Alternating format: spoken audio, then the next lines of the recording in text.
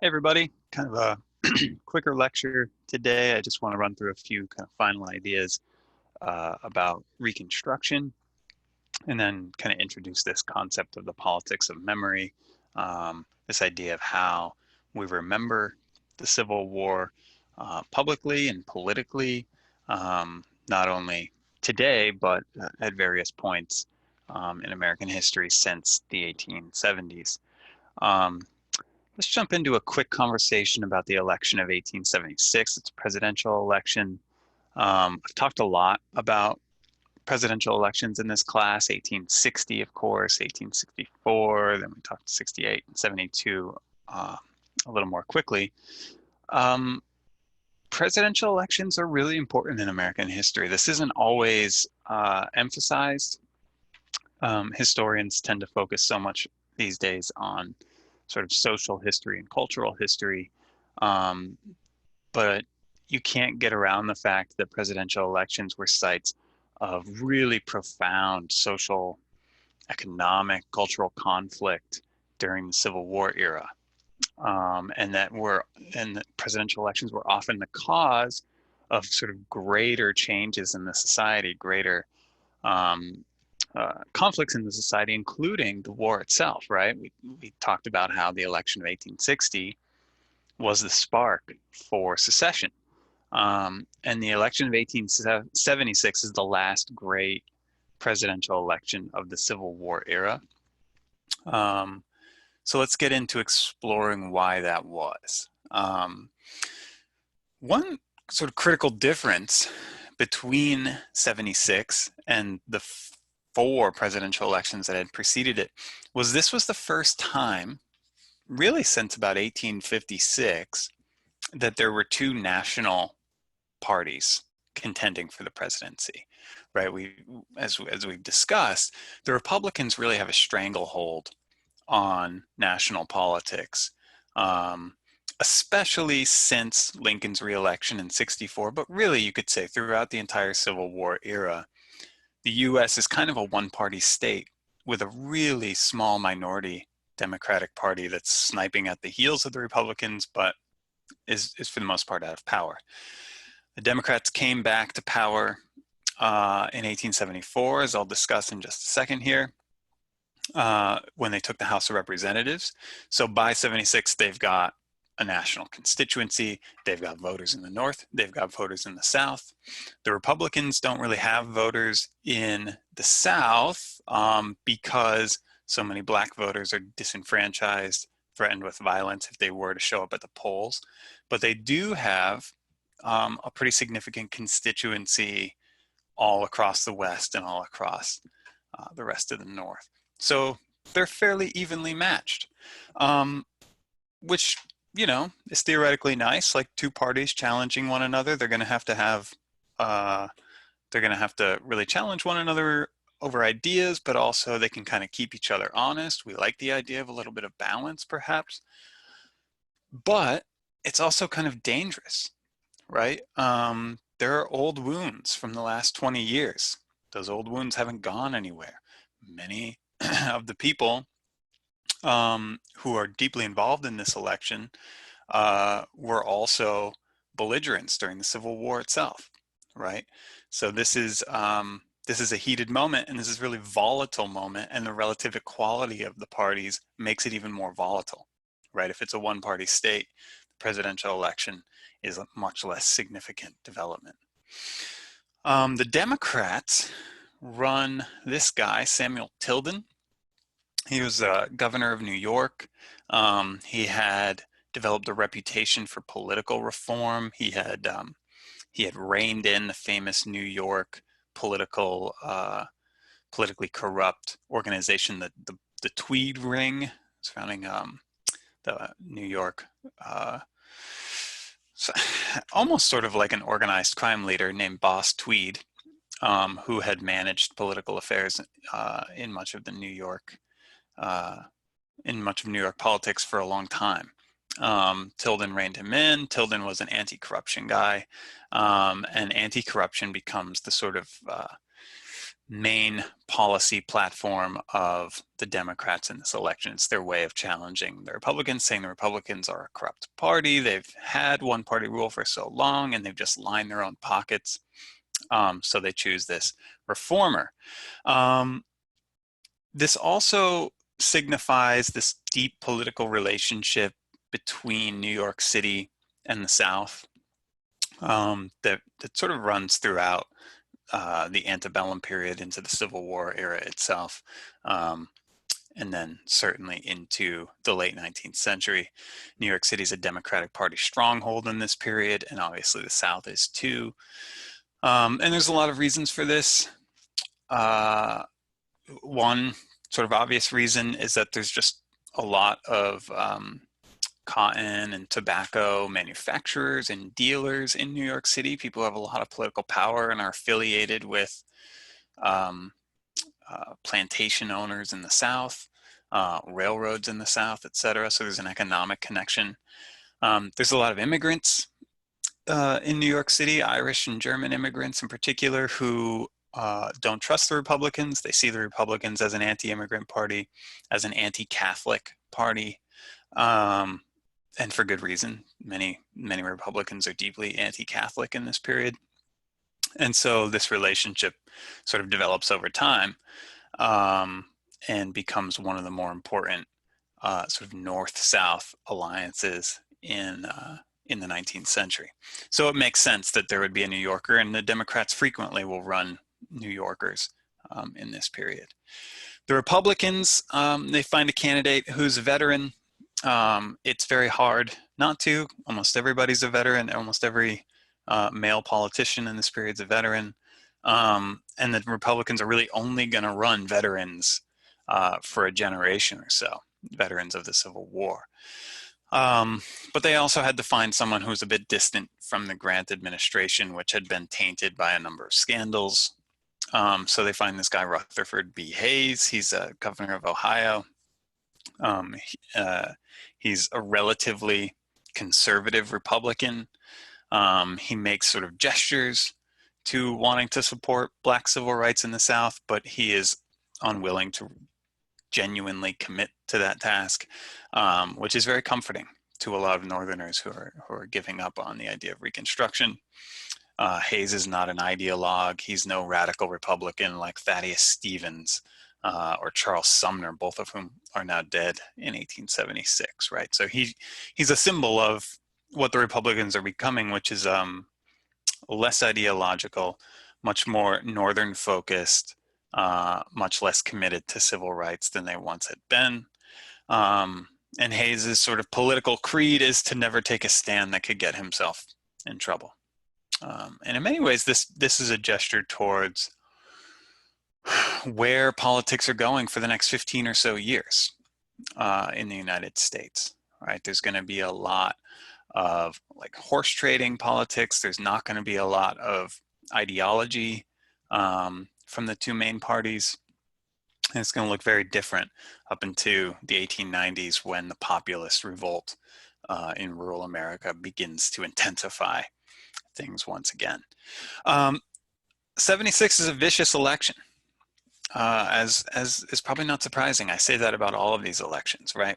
Once again, there's an openly white supremacist campaign on the part of the Democrats. And then the Republicans, once again, adopt that tactic of the bloody shirt that I had mentioned last time, right? The bloody shirt is raising up the memory of the war and all that had been lost by the Union, all of the men who were killed, in order to taint your opponents, make them seem like they are the party of the South, the rebels who came and killed your sons, your husbands, your brothers, etc. The Republicans are going to wave the bloody shirt on and off again through the rest of the century, right? If you're the party that won this war and kept the Union together, it's going to be kind of a go-to move, right?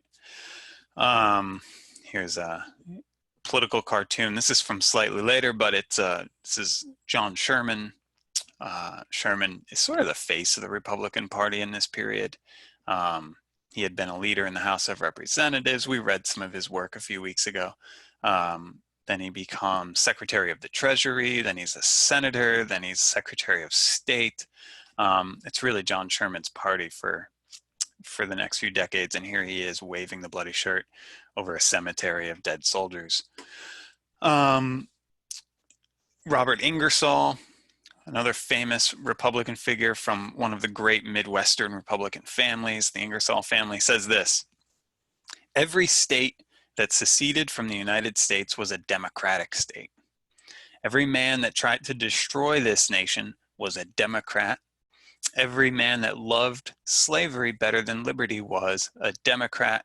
Soldiers, every scar you've got on your heroic bodies was given to you by a Democrat." That is waving the bloody shirt, right? That's saying the division in American politics is the same as the division of the Civil War. And if we ever allow those Democrats back into power, it will be like we never won the war, okay? So the Republicans are going to work that angle hard, and they're not just doing this rhetorically, right? This is how they build their base. This is how they cultivate voters. The key constituency of the Republican Party in the late 19th century, right, the people who turn out to support them are veterans and their families, Union veterans and their families. The Grand Army of the Republic, which is a veterans organization, Civil War veterans organization, is essentially just like a wing of the Republican Party, okay? The Republicans can't win an election without many, many, many Civil War veterans turning out and supporting them. In return, the Republicans offer increasingly generous pensions, not only to former soldiers, but then over time to, even if the soldier has passed away, to their family, to their children, to their wives, etc.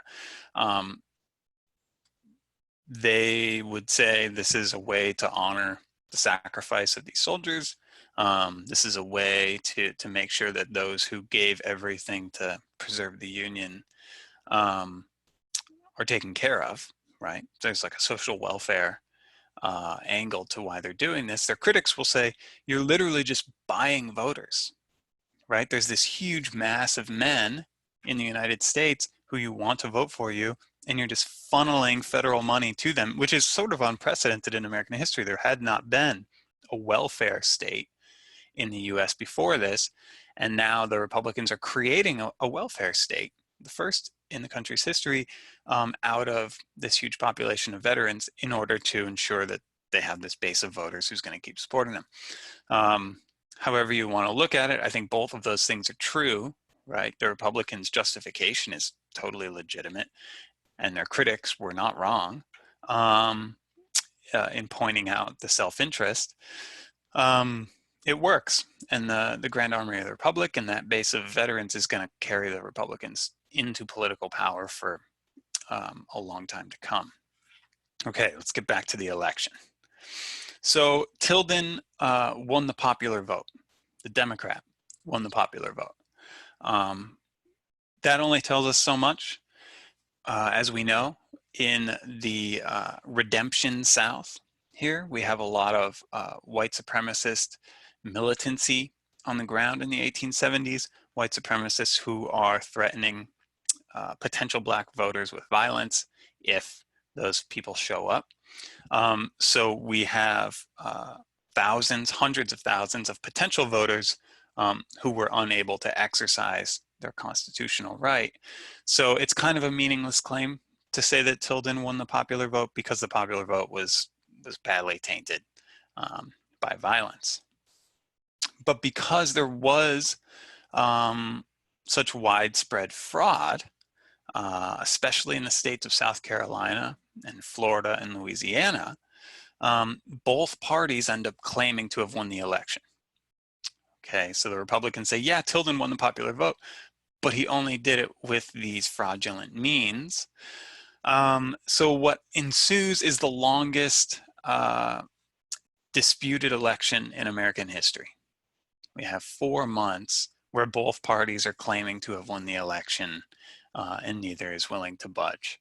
This is an unprecedented moment in the history of the country, and in fact, there's never been anything quite the same since. The contested election in 2000, Bush v. Gore, I think that was only held up by 30 days, maybe 35 days, so only about a quarter of the time of the election of 76.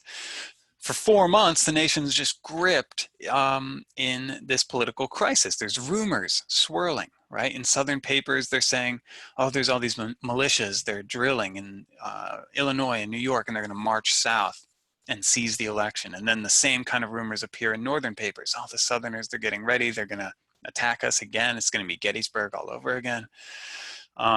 This is a time of great fear, paranoia. President Grant begins rebuilding military garrisons in DC, expecting that one party or the other is going to try and march an army in and seize the nation's capital.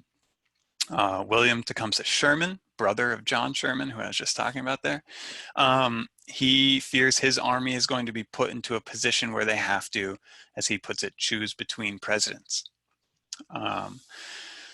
This is terrifying, right?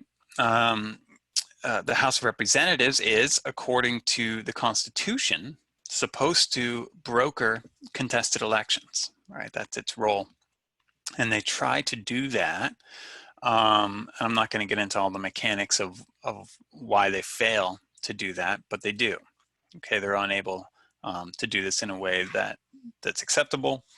And so what we see is another means of brokering the election. A group of Ohio Republicans and Southern Democrats meet in a hotel room in Washington. This is in February, at the very end of February, just before the inauguration. And they draw up a list of demands of one another. And they come to some negotiation and a decision about how to deal with the election together. This is an extra legal means of deciding who's going to be the president, an extra constitutional mean of deciding who's going to be the president. The Democrats, they ask for federal subsidies for a railroad that will reach from the South to the Pacific. They want a transcontinental just like the North does. They want their harbors dredged. They want federal dollars to rebuild the South, which is still in shambles. Obviously, this is ironic. This is the states' right South, the Southern Democrats who carry on the memory of the Confederacy. And what's the first most important thing that they want out of this negotiation? They want the federal government to come in and take care of them. The Republicans also agree to let Southern Democrats just seize total control of these contested states, Florida, South Carolina, and Louisiana. Those are the only states where the Republicans still had some political power by this point in Reconstruction. And what they do is they say, we'll get Democrats elected in those states. So the Republicans say, Democrats, you can have the South for good. And then famously, the Republicans also agree to recall any US troops who are still stationed in the South. There's not a ton of them, but they do this. This is often seen as the official end of Reconstruction. Okay, the Republicans agree, we're done. You can have it. And then for their part, the Democrats agree, quote unquote, to enforce the Civil War amendments 14 and 15 and Black civil rights. Obviously, they don't do that, but that's part of their agreement. And they agree for Hayes to be inaugurated as president.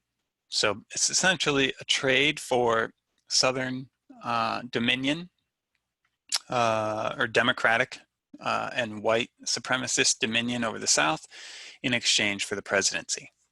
And that's the way it works out. This is known as the Compromise of 1877. Like I said, it's worked out in a hotel room, not through any official channel of power.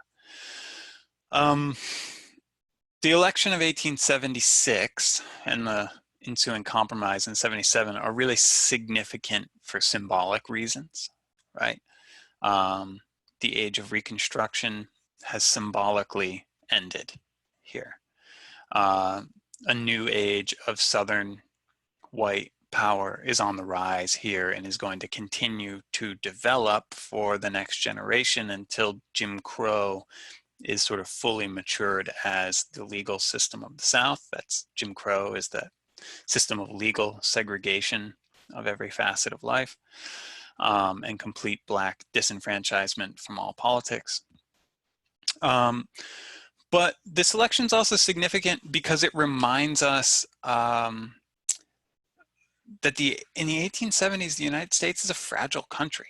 Think about what I just described, the idea of both parties trying to muster some military power to seize the capital. That doesn't sound necessarily like the United States, right? That sounds like a developing country that is fractious and broken.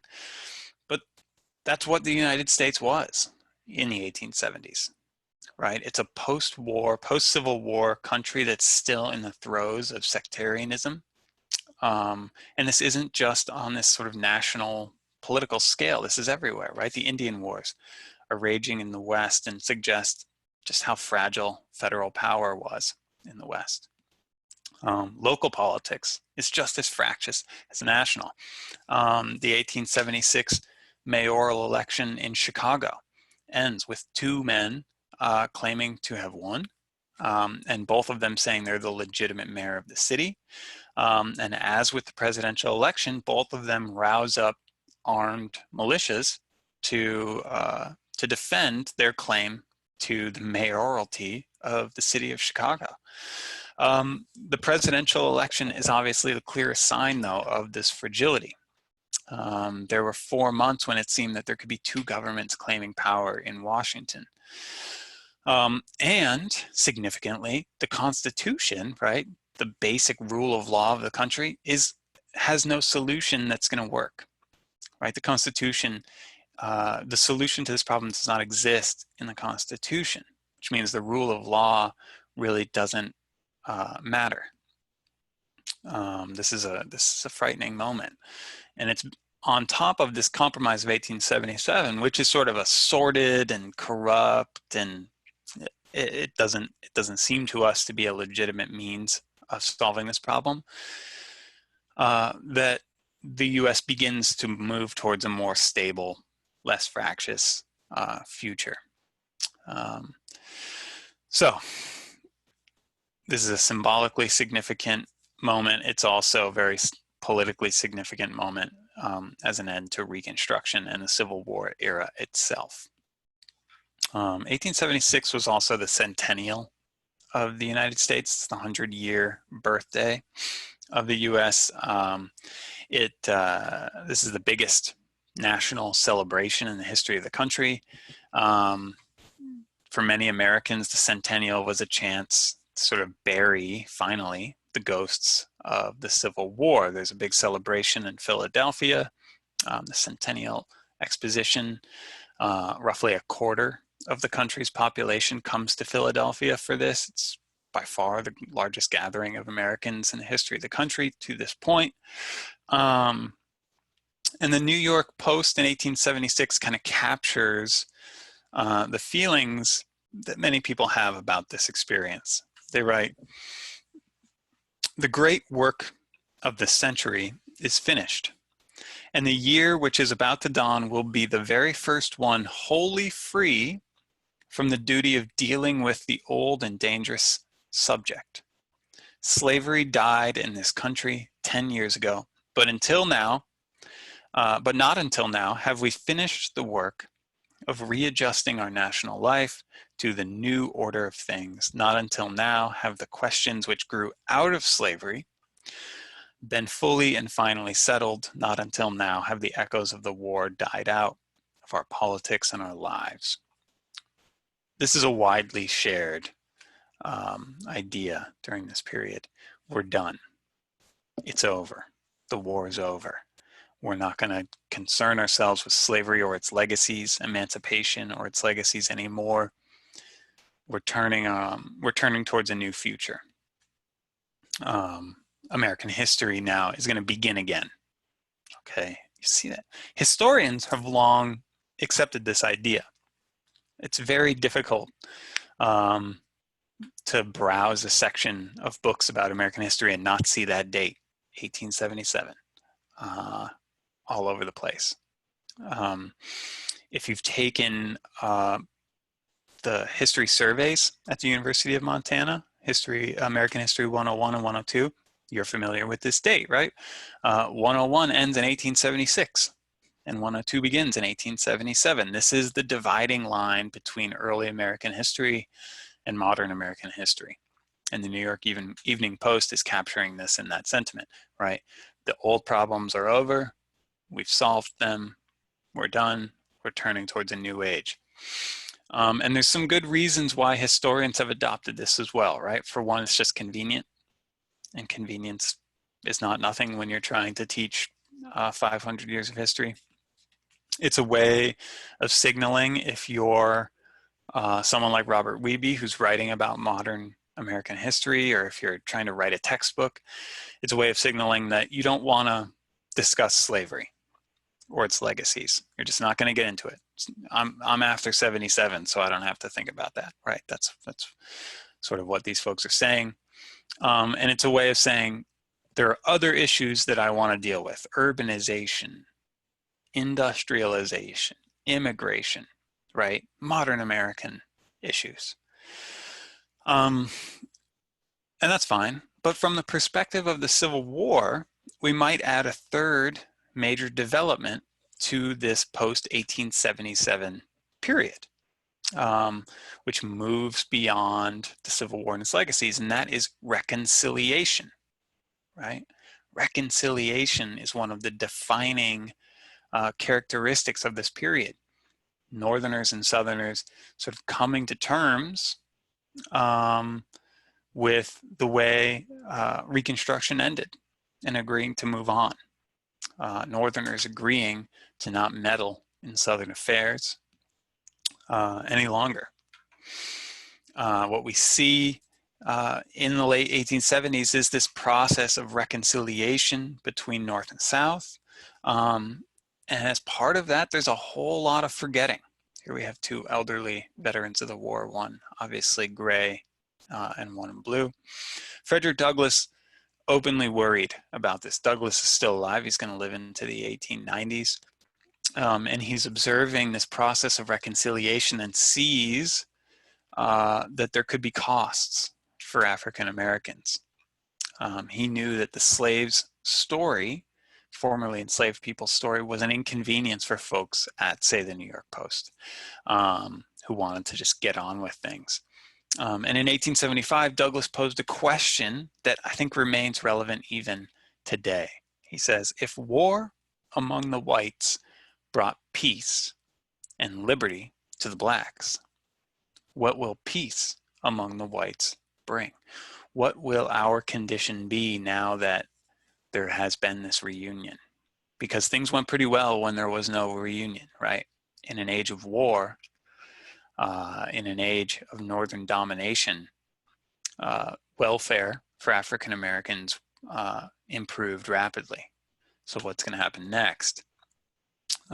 Crucial to this new peace, as Douglass understood it, between the whites of the North and South, was what we could call a politics of memory. North and South could finally reconcile by agreeing to remember the war in a way that's mutually satisfying, in a way that's not necessarily offensive to one another. And that's what we're going to be discussing for the next few weeks here. Historical memory is always a contest. It's always a struggle. Who gets to own the memory of the past? Who gets to narrate the memory of the past? What purpose does it serve?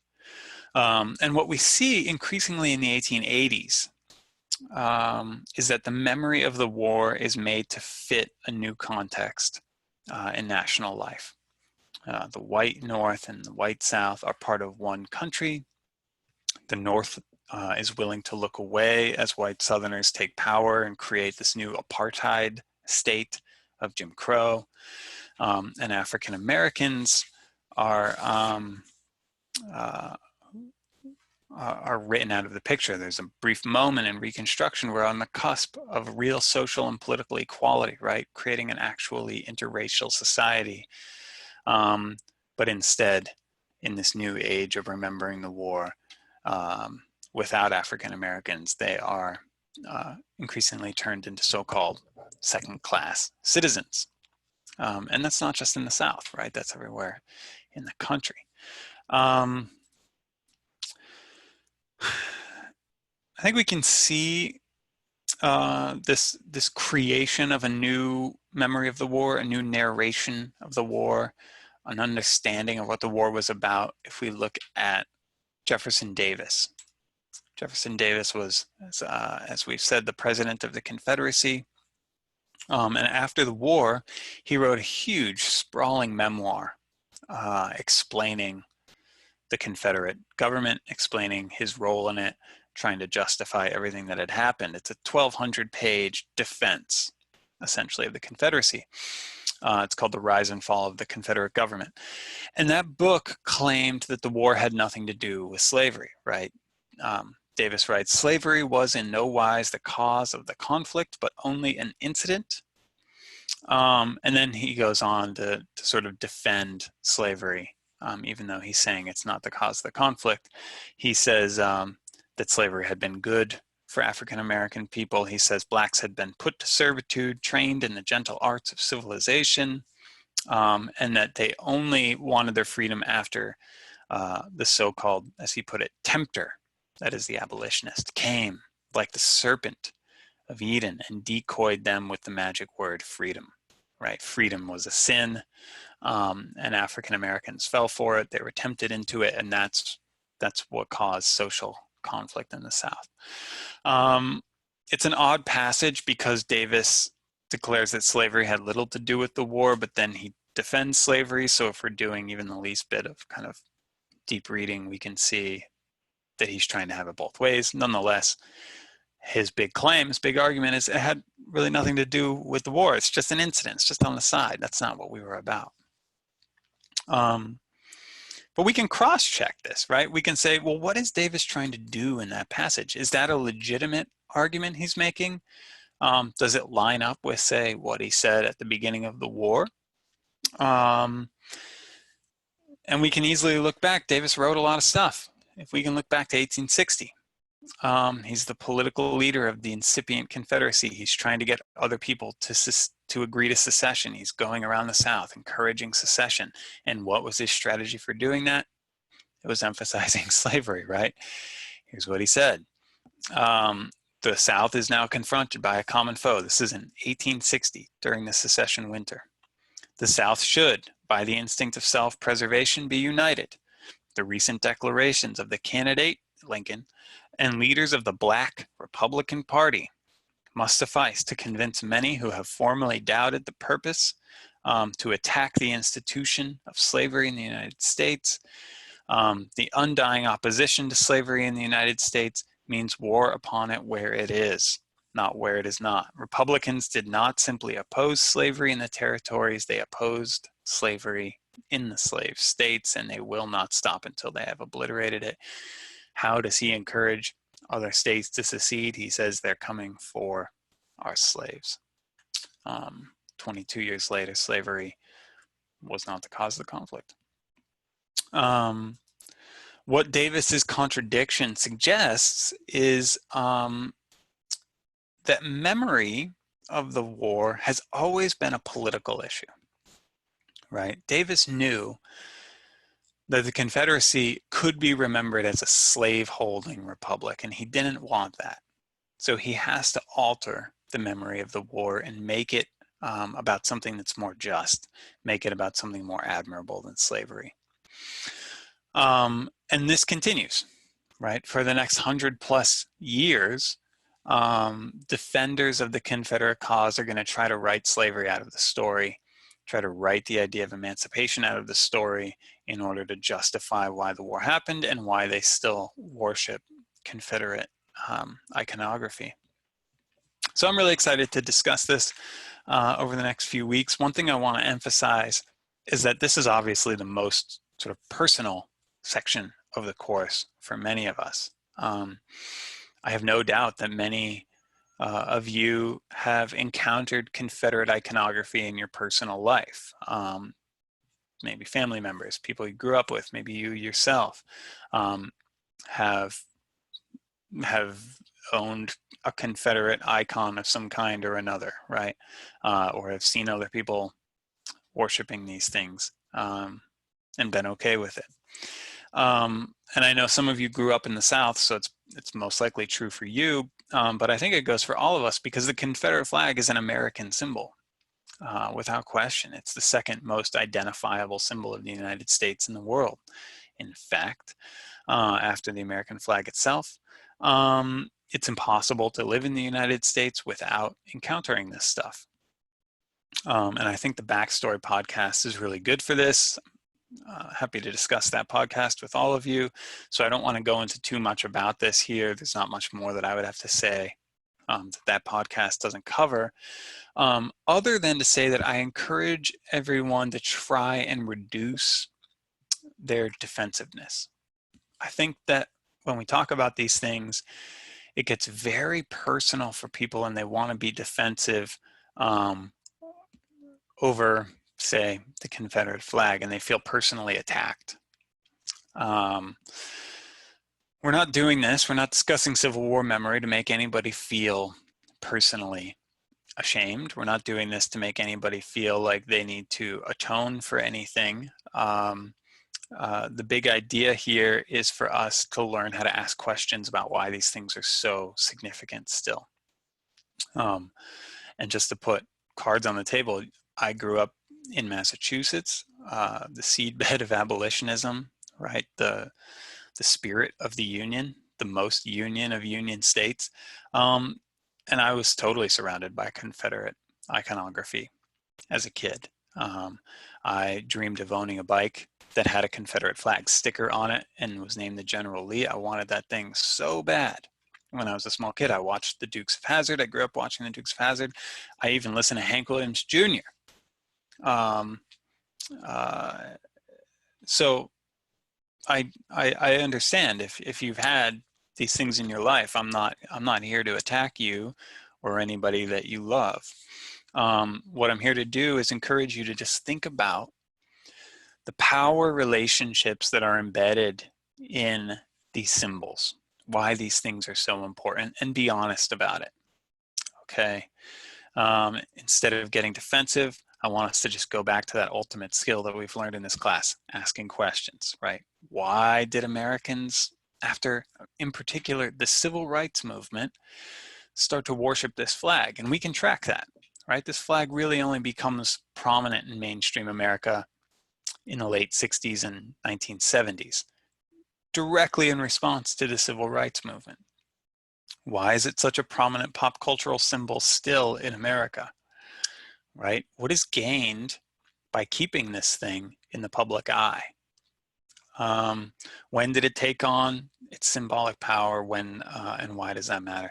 So keep asking these sorts of questions as we go.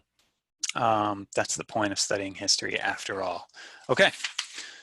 Looking forward to talking about it all with you, and hope you all enjoy the readings this week. Talk to you soon.